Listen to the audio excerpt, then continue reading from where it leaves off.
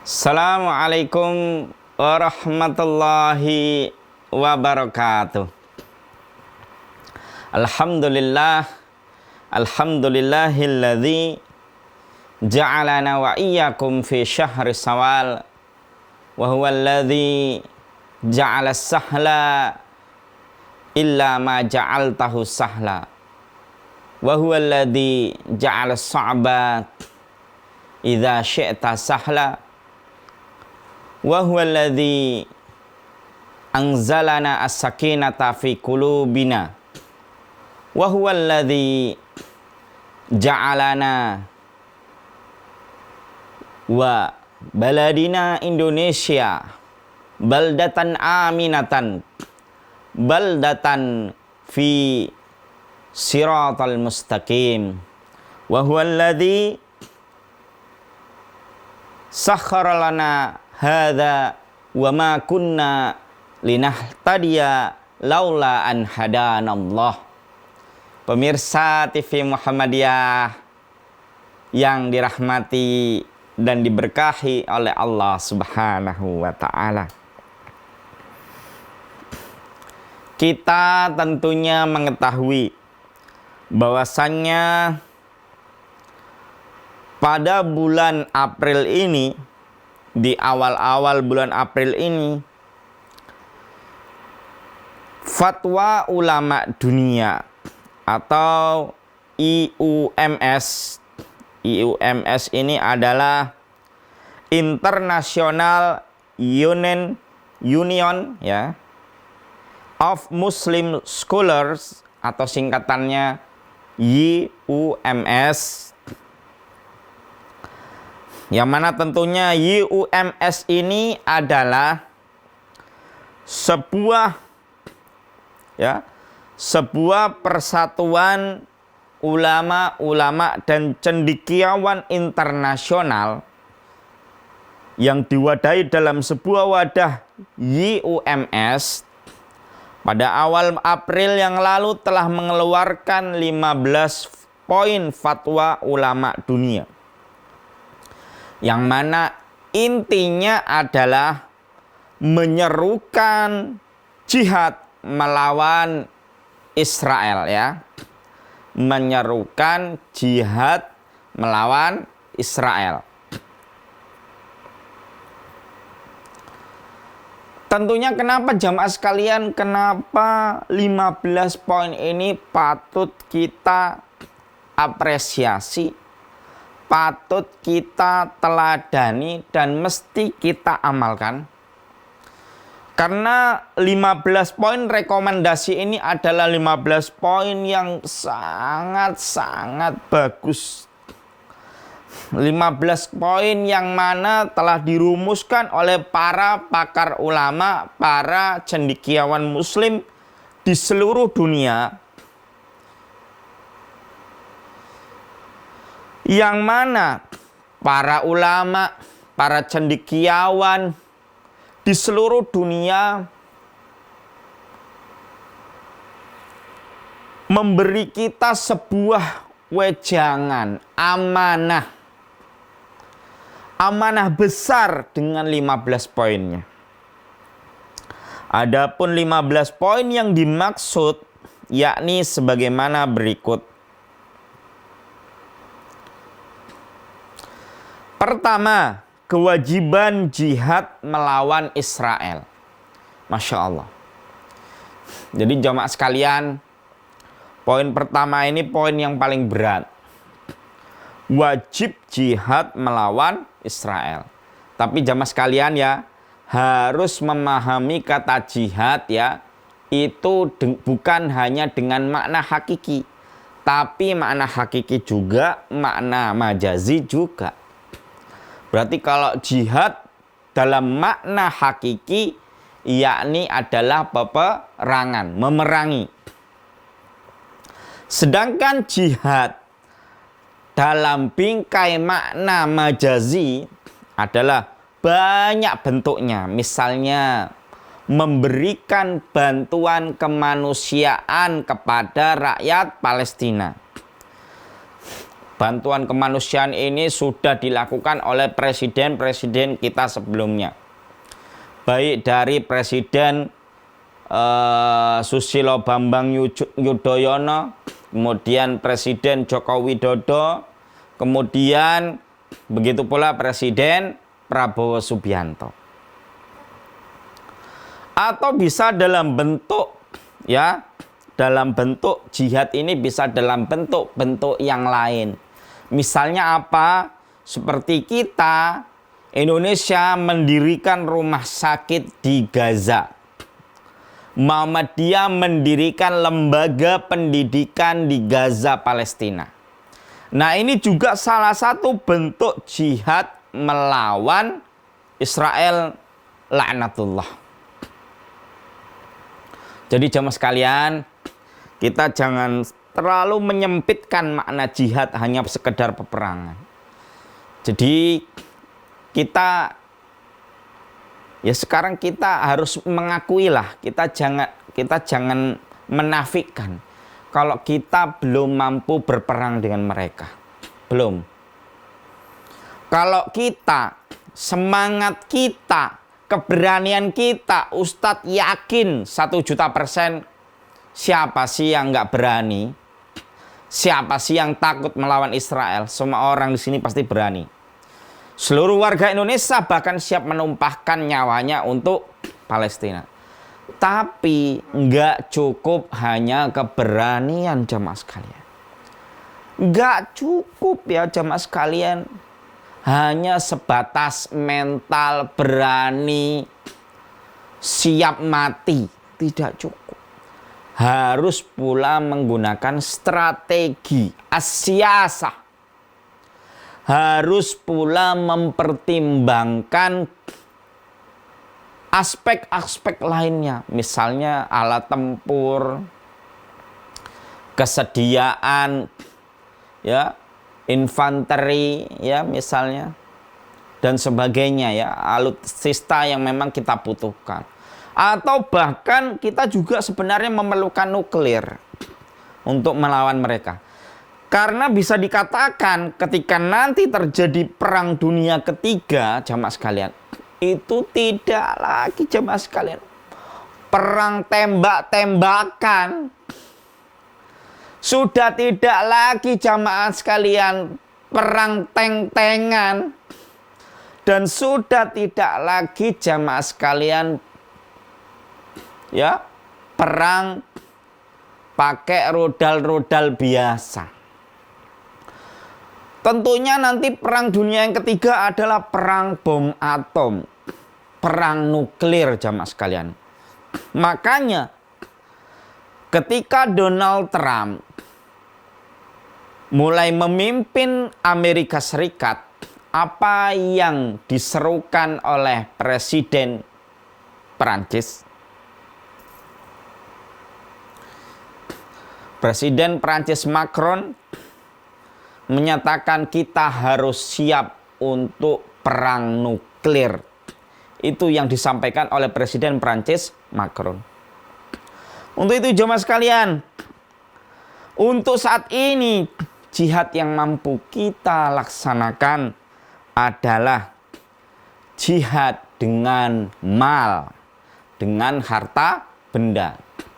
Yuk kita keluarkan infak, zakat, sedekah kita untuk membantu menggalang dana untuk membantu rakyat Palestina, misalnya melalui sembako atau misalnya melalui membangun rumah sakit di Gaza, sudah dilakukan oleh negara Indonesia, atau misalnya mendirikan amal usaha pendidikan di Gaza, itu juga sudah dilakukan oleh Muhammadiyah dan pemerintah rakyat Indonesia. Masyarakat kaum muslimin, pemirsa TV Muhammadiyah yang dirahmati dan diberkahi oleh Allah Subhanahu wa taala. Yang kedua, rekomendasi yang kedua atau ultimatum yang kedua, larangan memberikan dukungan kepada Israel. Nah ini jemaah sekalian, kita umat Islam melarang memberikan dukungan dalam bentuk apapun kepada Israel. Kita jangan mau terpancing misalnya, mohon maaf, misalnya ada seorang pejabat, ya, ada seorang tokoh, ya, seakan-akan diundang oleh Israel untuk datang ke Israel. Lalu kita sebagai salah satu umat Islam jangan sampai mau terpancing meskipun kita mau dibayar 100 triliun oleh Israel. Meskipun mau dibayar 100 triliun. Kita jangan terpancing oleh propaganda Israel. Jangan sampai tokoh Republik Indonesia ini datang ke Israel, diliput media, ngobrol sama Presiden Israel, ya, plus Benjamin Netanyahu, ya, Perdana Menteri Israel. Jangan sampai seperti itu jemaah sekalian. Datangnya kita menuju atau menghadiri undangan dari Presiden Israel atau Perdana Menteri Israel itu merupakan sebuah penghinaan kepada seluruh rakyat Palestina. Masyarul kaum muslimin yang dirahmati dan diberkahi oleh Allah, sebelum kita melanjutkan kajian yang selanjutnya, mari kita simak tayangan yang berikut ini. Pemirsa TV Muhammadiyah yang dirahmati dan diberkahi oleh Allah Subhanahu wa Ta'ala. Jadi itu jemaah sekalian, kita jangan pernah mau, ya, dipolitisasi oleh Presiden Israel maupun Perdana Menteri Israel. Jangan sampai kita diiming-imingi karena mau dikasih misalnya 100 triliun, kita datang ke sana lalu diliput media, lalu seakan-akan mendukung perjuangan Israel untuk menggenosida Palestina. Jangan kita lakukan seperti itu. Jangan sekali-kali melakukan hal itu. Ya, apalagi mau membangun hubungan bilateral dengan Israel. Itu lebih lagi adalah sebuah penghinaan kepada seluruh rakyat Palestina. Yang ketiga, larangan menyuplai sumber daya. Nah ini jemaah sekalian. Jadi kita tidak boleh menyuplai sumber daya baik dalam bentuk minyak, gas, makanan, air, apalagi senjata kepada Israel. Ya, tidak boleh. Haram, ya, haram untuk melakukan hal itu. Kalau ada pertanyaan bagaimana Ustadz kalau kita melakukan, ya, blokade dalam bentuk ekonomi, blokade ekonomi, ya, kita memblokir atau memblokade perusahaan-perusahaan yang memang jelas-jelas berkaitan dengan Israel. Bagaimana? Kalau jawaban Ustadz pribadi jamaah sekalian, itu belum tepat jamaah sekalian. Loh, Ustadz kenapa? Jamaah sekalian yang dirahmati dan diberkahi oleh Allah, perusahaan-perusahaan yang telah banyak beredar di dunia maya yang memang ada kaitan dengan Israel itu perusahaan itu jamaah sekalian itu karyawannya mayoritas, ya, itu adalah muslim, bahkan 70-80% itu semuanya adalah karyawannya adalah muslim, saudara kita sendiri jamaah sekalian. Kalau kita jamaah sekalian memblokade mereka, memblokir mereka PT-PT itu, kalau kita nggak bisa memberikan solusi kepada orang-orang yang bekerja di situ, kita sama saja jamaah sekalian membunuh saudara kita sendiri, membunuh teman-teman kita sendiri sesama Islam. Kenapa Ustadz? Kalau itu terjadi dan itu sifatnya masif, maka akan banyak terjadi PHK di berbagai daerah. Bahkan mungkin akan terjadi PHK besar-besaran di Republik Indonesia ini. Sedangkan PT-PT yang tersebar di internet itu kan semuanya PT-PT besar. Bukan PT-PT kecil, besar-besar semuanya itu. Itu tentunya karyawannya kalau dihitung semua PT-PT besar itu bisa jutaan orang. Kalau terjadi PHK besar-besaran, ya, yang berjumlah juta-jutaan orang itu, lalu siapa jamaah sekalian yang mau mencarikan pekerjaan buat saudara-saudara kita sesama muslim? Apa iya kita rela, ya, saudara kita sesama muslim di PHK oleh perusahaannya, padahal mereka punya anak istri yang harus dinafkahi jamaah sekalian, dan belum tentu mereka bisa mendapatkan pekerjaan yang layak, ya, selain dari perusahaan tempat kerja mereka jamaah sekalian. Kita jangan terlalu terbawa emosi jamaah sekalian. Kita harus memikirkan orang lain juga, yang mana dia memang sudah bekerja di situ, sudah mencari nafkah di situ, dan sudah nyaman di situ. Jangan sampai jamaah sekalian karena terjadi PHK besar-besaran kemudian angka kriminalitas naik.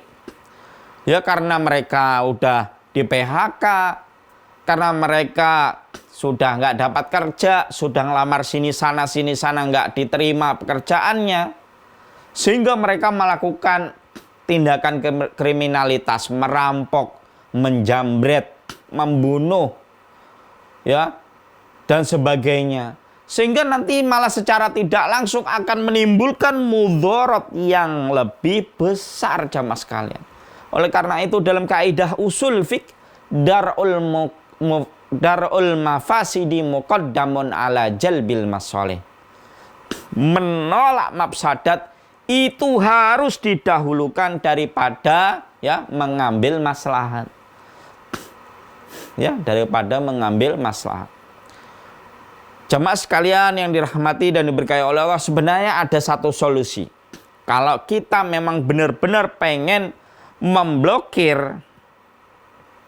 memblokade perusahaan-perusahaan yang memang ada kaitannya dengan Israel, yang memang jelas-jelas memberikan sumbangsih atau menyuplai sumber daya kepada Israel, itu syaratnya hanya satu. Kita membuka, pemerintah Indonesia dibantu seluruh rakyat Indonesia membuka sebanyak-banyaknya lapangan pekerjaan baru. Lalu orang-orang muslim yang bekerja di PT-PT yang ada afiliasinya dengan Israel itu ditempatkan di perusahaan-perusahaan baru yang dibuka oleh pemerintah, itu jamaah sekalian. Sehingga PT-PT itu jangan sampai mematok pekerjaan dengan pembatasan usia. Jadi jangan sampai pemerintah membuat aturan di PT ini usia kerjanya itu hanya sampai 60, bila perlu sampai meninggal dunia. Ya, biar orang-orang yang memang ingin tetap bekerja dan fisiknya mampu, mereka pun bisa mendapatkan mata pencaharian. Seperti itu jamaah sekalian. Lah, pertanyaan Ustadz, gimana Ustadz? Dananya dari mana? Ini buat makan bergizi gratis saja bingung. Ya tentunya, ya, anggota dewan atau DPR, Dewan Perwakilan Rakyat di tingkat RI nasional, di tingkat provinsi, daerah, dan di tingkat kabupaten itu harus dibubarkan. Kalau anggota dewan tingkat RI, ya, atau nasional, DPRD provinsi, DPRD kabupaten dibubarkan, dana untuk rakyat Indonesia itu akan melimpah ruah. Dan itu bisa digunakan untuk membuka lapangan-lapangan pekerjaan yang baru, yang mana lebih banyak manfaatnya untuk seluruh rakyat Indonesia daripada anggota dewan yang jarang ngantor kok digaji terus tiap bulan. Yang nggak pernah nongol di kantor, kerjaannya tidur di rumah lah kok digaji sama negara. Ya, lebih baik dananya dialokasikan untuk orang-orang nanti yang akan di PHK oleh perusahaan-perusahaan Israel ini. Jadi buat lapangan pekerjaan yang banyak dari uang yang seharusnya buat anggota DPR itu, ya, kalau nggak mau dibubarkan, gaji anggota dewan harus dipotong, pangkas habis bila perlu. Misalnya gajinya ya dengan tunjangan itu nyampe 30 sampai 60 juta, disunat saja gajinya. Bila perlu paling banyak setiap anggota dewan itu gajinya hanya 10 juta. Plus tunjangan itu ya. Plus tunjangan dan sebagainya. Itu jamaah sekalian. Kita buka lapangan pekerjaan yang banyak untuk menampung orang-orang nanti yang akan di PHK. Kalau sudah karyawan-karyawan yang ada di PT-PT Israel itu semuanya jamaah sekalian sudah dipindahkan ya, sudah dimasukkan di PT-PT pemerintah, di BUMN pemerintah, lalu baru kita siap untuk memblokir perusahaan-perusahaan yang berafiliasi dengan Israel. Kalau hal ini jamaah sekalian nggak dilakukan, jangan jamaah sekalian. Kita sama saja, kita nggak bunuh orang Israel, tapi kita juga membunuh saudara kita. Atau bahkan kita sudah membiarkan Israel membunuh saudara-saudara kita di Palestina, kita juga membunuh saudara-saudara kita di negara Republik Indonesia ini jemaah sekalian. Jemaah sekalian, di era seperti ini, tidak semuanya orang itu memiliki skill seperti kita. Banyak di antara kita yang memiliki skill itu menengah ke bawah. Pengetahuan menengah ke bawah. Mereka di antaranya hanya ada yang tamat SMA. Ya mayoritas seperti misalnya, ini jemaah sekalian, kita terbuka saja. Ya PT-PT di Karawang, di KIJ, di Surya Cipta, itu mayoritas hanya tamatan SMA atau SMK sederajat. Bukan yang sampai tamat kuliah dan sebagainya. Ketika mereka di PHK, mungkin banyak di antara mereka yang kemudian mohon maaf, ya karena imannya nggak semuanya seperti kita, seperti ustadz atau seperti para ulama. Mungkin di antara mereka banyak juga nanti yang stres karena di PHK, ya stres akhirnya bunuh diri, stres akhirnya ya kemudian mereka mengabaikan istri dan anak-anak mereka. Atau bahkan mungkin karena sudah bingungnya, sudah mentoknya pikiran mereka, mereka akan menjadi penjahat. Melakukan tindakan-tindakan kriminal di Republik Indonesia ini yang nanti malah akan memperkeruh kondisi negara Republik Indonesia ini. Jemaah sekalian yang dirahmati dan diberkahi oleh Allah, Ustadz berharap mohon bisa dimengerti apa yang disampaikan oleh Ustadz. Jangan sampai kita terlalu gegabah, pengen memblokir sesuatu, pengen memblokade sesuatu tanpa berpikir untuk jangka panjang, tanpa memberikan solusi dan alternatif bagi mereka nanti yang akan berhenti atau di PHK oleh perusahaan-perusahaan yang berafiliasi oleh Israel. Mari kita lanjutkan setelah tayangan yang berikut ini. Masyarul kaum muslimin, pemirsa TV Muhammadiyah yang dirahmati dan diberkahi Allah. Tentunya Ustadz di sini jemaah sekalian, bukannya Ustadz nggak menghargai dari apa yang telah disampaikan para ustadz-ustadz di media sosial agar memblokir semua perusahaan-perusahaan Israel. Tapi jemaah sekalian, yuk kita jangan memikirkan diri sendiri juga. Yuk kita jangan terlalu skeptis. Cobalah berpikir yang lebih jernih, yang lebih tenang jemaah sekalian. Jangan sampai karena kita memblokade PT-PT atau perusahaan-perusahaan yang berafiliasi dengan Israel, kita secara tidak langsung juga membunuh saudara-saudara kita yang ada di Indonesia ini. Cobalah jemaah sekalian survei ke PT-PT besar yang berafiliasi dengan Israel itu. Itu mayoritas itu adalah orang-orang muslim kita, saudara-saudara kita, karyawannya itu. Kalau kita memblokade secara totalitas, maka akan terjadi PHK besar-besaran. Berjuta-juta rakyat akan di PHK oleh PT-PT besar itu. Dan kita akan menimbulkan mafsadat kerusakan yang lebih besar. Bahkan mungkin lebih besar daripada ya peperangan yang ada di Palestina sana, jamaah sekalian. Makanya kita harus beri solusi. Solusinya apa, Ustadz? Yaitu anggota dewan itu dibubarkan saja, jamaah sekalian. Kalau nggak dibubarkan, gaji mereka dipotong 70%. Ya, untuk membuka lapangan pekerjaan baru, BUMN baru, untuk sebagai tempat pengalian kerja dari karyawan-karyawan yang sudah bekerja di PT-PT Israel. Kalau kita sudah mengalihkan mereka bekerja di BUMN kita, di perusahaan-perusahaan pemerintah atau di perusahaan-perusahaan kita, baru kita siap ya memblokir semua perusahaan-perusahaan itu. Kita lumpuhkan total. Ustadz setuju sekali kalau sudah seperti itu. Kita udah memberi solusi, maka kita tinggal eksekusi. Insya Allah ya Israel akan semakin ya berjingkrak-jingkrak ya.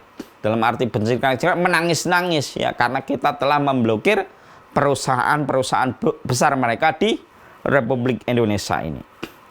Masyarakat kaum muslimin yang dirahmati dan diberkahi oleh Allah Subhanahu wa taala. Kemudian yang keempat, seruan untuk membentuk aliansi militer bersama ya. Aliansi militer bersama ini sebenarnya kalau membentuk aliansi militer bersama, sebenarnya Presiden kita Prabowo ini dulu sempat ya mau membentuk namanya Brigade Nusantara, jamaah sekalian. Ini Ustadz buka-bukaan aja ya. Ya. Jadi dulu itu Presiden Prabowo sempat mau membentuk namanya Brigade Nusantara. Brigade Nusantara itu adalah aliansi militer di negara Republik Indonesia ini yang nanti ya akan beraliansi juga dengan negara-negara yang lain gitu. Waktu itu Ustadz sempat juga ya, ini jamaah sekalian bukan Ustadz sombong ya, Ustadz juga dimasukkan di dalam Brigade Nusantara itu. Tapi waktu itu Presiden Prabowo Subianto ini belum menjelaskan maksud dari Brigade Nusantara ini. Tapi Ustadz sudah paham, wah ini tujuannya untuk aliansi militer bersama ini. Ustadz sudah paham. Makanya Ustadz dimasukkan di dalam grup itu. Kemudian Brigade Nusantara ingin mencoba membangun kantor-kantor ranting, kantor-kantor cabang di berbagai wilayah Republik Indonesia. Ustadz paham itu. Ustadz mengetahui hal itu. Makanya Ustadz apresiasi dengan Bapak kita Presiden Prabowo Subianto terkait Brigade Nusantara. Nah, tapi memang kalau memang beliau pengen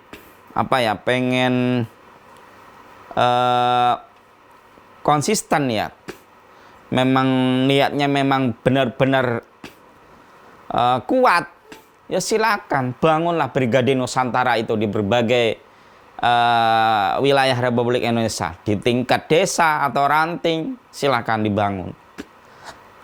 Tingkat kecamatan atau cabang silakan dibangun. Tingkat daerah ya silakan dibangun. Tingkat provinsi dibangun. Insya Allah rakyat Indonesia akan mendukung ya terkait Brigade Nusantara ya. Itu. Makanya dulu Ustadz tiba-tiba dimasukkan saja di grup itu ya. Ustadz agak kaget. Oh ternyata yang ini adalah inisiasinya dari Bapak Presiden Prabowo Subianto. Masya Allah, Alhamdulillah. Bagus sekali ya. Kemudian yang kelima, peninjauan kembali perjanjian dengan Israel. Nah ini jamaah sekalian, kalau kita memang Indonesia dulu pernah mau menjalin kerjasama, ya kita tinjau kembali dan kita batalkan kalau memang sudah ada perjanjian. Kalau belum ada ya sudah, jangan dilakukan. Jangan ada satupun kerjasama apapun bentuknya kepada Israel. Apalagi hubungan bilateral dengan Israel itu hukumnya adalah haram. Kemudian yang keenam, kewajiban jihad finansial. Ini tadi udah Ustadz sampaikan ya. Jihad itu maknanya nggak hanya peperangan saja. Nggak hanya secara hakiki saja, juga bisa dalam bentuk secara majazi. Yang ketujuh, larangan normalisasi hubungan dengan Israel. Ya, ini bagus sekali. Nggak boleh kita yang tadinya nggak mau melakukan hubungan bilateral dengan Israel, kok kita mau coba melakukan hubungan bilateral dengan Israel? Nggak boleh. Haram dilakukan. Kedelapan, peran aktif para ulama. Nah ini jamaah sekalian. Melalui tadi ya, organisasi yang mewadahi ulama-ulama ya, dan cendekiawan-cendekiawan internasional yang bernama IUMS, maka ya mereka memang harus berperan aktif ya, agar menyuarakan jihad melawan Israel ya, membantu Palestina melawan Israel. Harus aktif ya, harus aktif. Kemudian yang kesembilan, boikot terhadap Israel dan sekutunya. Ya ini tadi udah saya sampaikan. Memboikot, memblokir ya, silakan dilakukan, tapi harus juga memberikan solusinya. Harus ada solusinya sama sekali. Jangan asal boikot, blokade, blokir, lalu tanpa memikirkan jangka panjangnya, tanpa memikirkan jutaan-jutaan orang yang nanti akan di PHK, yang mana nantinya mereka belum tentu dapat pekerjaan yang baru.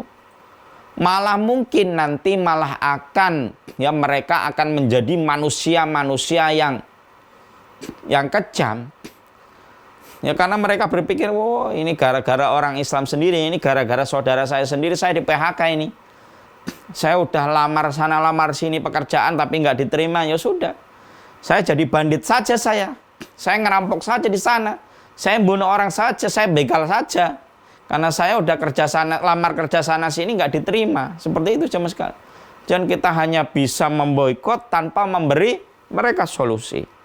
Tanpa memberi mereka lapangan pekerjaan. Membuka lapangan pekerjaan bagi seluruh warga Indonesia yang bekerja di PT-PT yang ada berafiliasi dengan Israel. Kemudian yang ke-10, seruan kepada pemerintah Amerika Serikat.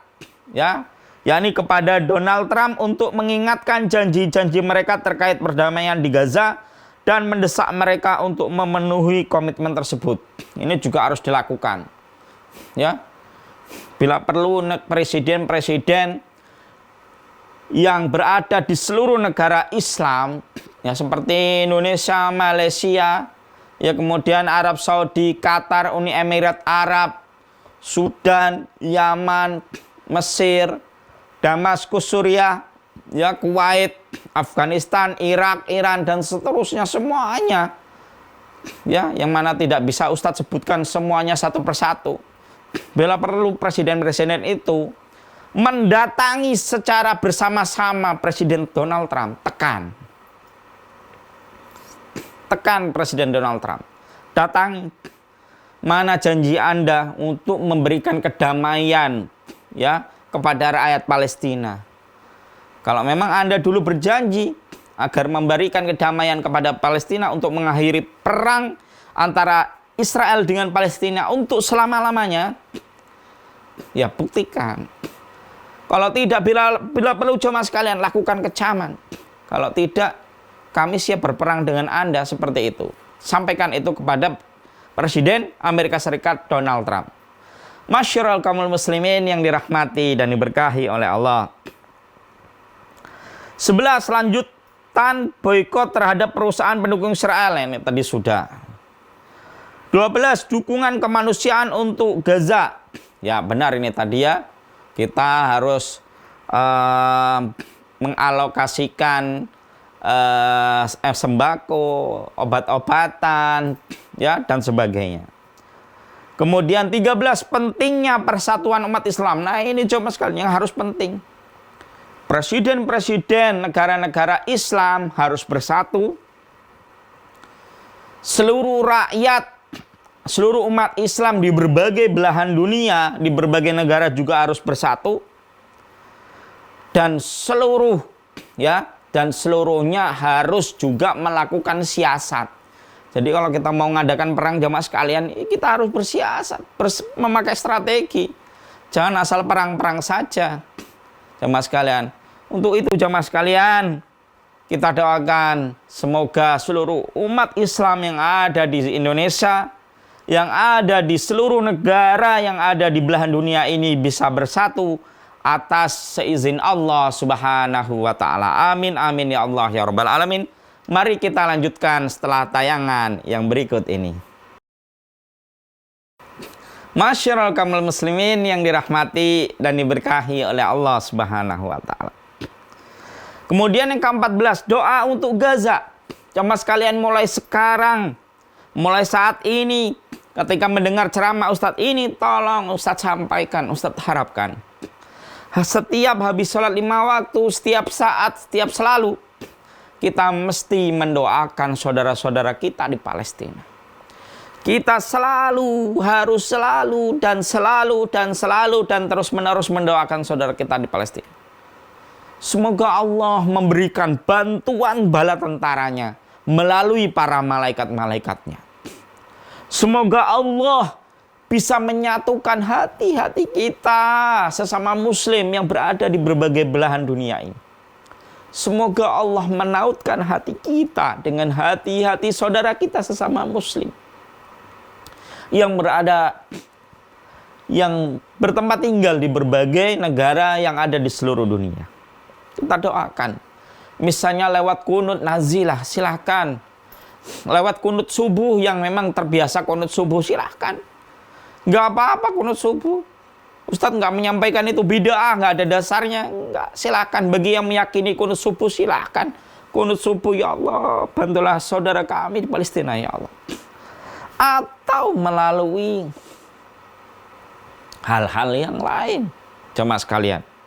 Ya, misalnya tadi doa kunut subuh, atau misalnya kita melakukan sebuah pertemuan eksklusif atau pertemuan intensif untuk membangun siasah, ya, untuk membuat siasah, ya, untuk merumuskan siasah kita, ya, untuk melawan Israel atau bahkan Amerika Serikat kita lawan, ya Pak. Tapi tentunya harus dengan siasah yang jitu, siasah yang strategis. Jangan sampai siasah yang konyol, jamaah sekalian, yang membuat kita semuanya mati konyol tanpa menghasilkan apa-apa, seperti itu. Kemudian yang ke-15, 10 dan 5, ya, yang ke-15, apresiasi kepada para pendukung Palestina, ya. Kita harus senantiasa mengapresiasi kepada siapapun yang mendukung rakyat Palestina. Tentunya rakyat Palestina ini jemaah sekalian bukan hanya orang Islam, tapi juga yang beragama, misalnya Yahudi atau Nasrani, ya, mau Katolik, Protestan, mau Katolik, ya, mau Kristen Katolik ataupun Katolik Protestan, mau agamanya mereka Hindu, mau Buddha, mau Konghucu, siapapun itu, asalkan mereka adalah rakyat Palestina harus kita dukung, apapun itu agamanya, jemaah sekalian. Untuk itu jemaah sekalian, 15 hal ini, ya, 15 hari ini harus kita laksanakan. Kita dukung sepenuhnya. Ya, meskipun kemarin Bapak Presiden kita, Bapak Presiden Prabowo Subianto ingin melakukan evakuasi 1.000 warga Palestina. Jujur, Ustadz secara pribadi menolak hal itu. Ya, sebagaimana disampaikan oleh Ketua Umum PBNU, begitu pula oleh para ustadz-ustadz Muhammadiyah. ya maka evakuasi itu bagian dari ya cleansing etnis. Ya, jangan sampai kita melakukan hal itu. Seakan-akan kita mendukung apa yang telah dilontarkan oleh Presiden Trump untuk mengevakuasi seluruh warga Gaza ke berbagai belahan dunia. Kenapa jamaah sekalian? Israel sangat bermotivasi, ya, sangat semangat pengen mengusir etnis Gaza dari rakyat Palestina, dikarenakan banyak hadis-hadis ya yang menerangkan bahwasannya Dajjal nanti akan dibantai oleh Nabi Isa alaihissalam di tanah Palestina. Ya, misalnya ini Ustadz sebutkan hadisnya jemaah sekalian. Sahih Muslim nomor hadis 2937. Kemudian juga kita bisa temukan di dalam kitabnya Abu Dawud ya, Sunan Abi Dawud nomor hadis 3760 atau nomor hadis 4315, nomor hadis 3761 atau nomor hadis 4316, nomor hadis 3762 atau nomor hadis 4319. Ya, kemudian nomor hadis 3763 atau nomor hadis 4320, nomor hadis 3764 atau nomor hadis 4321, dan nomor hadis 3765 atau nomor hadis 4323, dan seterusnya. Banyak sekali hadis-hadisnya jamaah sekalian, yang mana di situ diterangkan bahwasannya Dajjal itu nanti akan dibunuh oleh Nabi Isa alaihissalam di tanah Palestina. Ketika sudah tidak ada lagi umat Islam di tanah Palestina, di tanah Gaza, di tanah Al-Quds, maka kemungkinan Dajjal akan dibunuh di tanah Palestina itu sangat kecil. Ya, itu kemungkinannya sangat kecil. Bisa jadi Israel ya sudah menyusun siasat sedemikian mungkin agar mengalihkan pembantaian Dajjal dari muka bumi ini. Bisa jadi ya. Bisa jadi nanti ya ini tentunya ya semuanya sudah sudah merupakan qadratullah ya, kuasa Allah ya. Ya, meskipun rakyat Palestina sudah diusir semuanya, kalau Allah sudah menetapkan seperti itu ya pasti terjadi. Tapi jemaah sekalian, apa jadinya jika Palestina itu ternyata kosong dari orang-orang Muslim? Apa jadinya jika Israel nanti malah menduduki tanah Al-Quds secara totalitas? Dan apa jadinya jika tanah suci Palestina itu menjadi pusat peradabannya orang-orang Israel? Tentunya ini akan, jemaah sekalian ya, ini perlu Ustadz sampaikan juga. Ketika peristiwa Isra dan Mi'raj, Nabi Muhammad SAW mengimami seluruh para nabi dan rasul itu di Masjid Al-Aqsa. Jemaah sekalian. Jadi ketika Nabi dihibur oleh Allah melalui para malaikatnya, ya, ditemani oleh malaikat Jibril dan Mikail, maka Nabi dihibur, diajak jalan-jalan ke Masjid Al-Aqsa. Lalu beliau mengimami ya para nabi dan rasul di Masjid Al-Aqsa.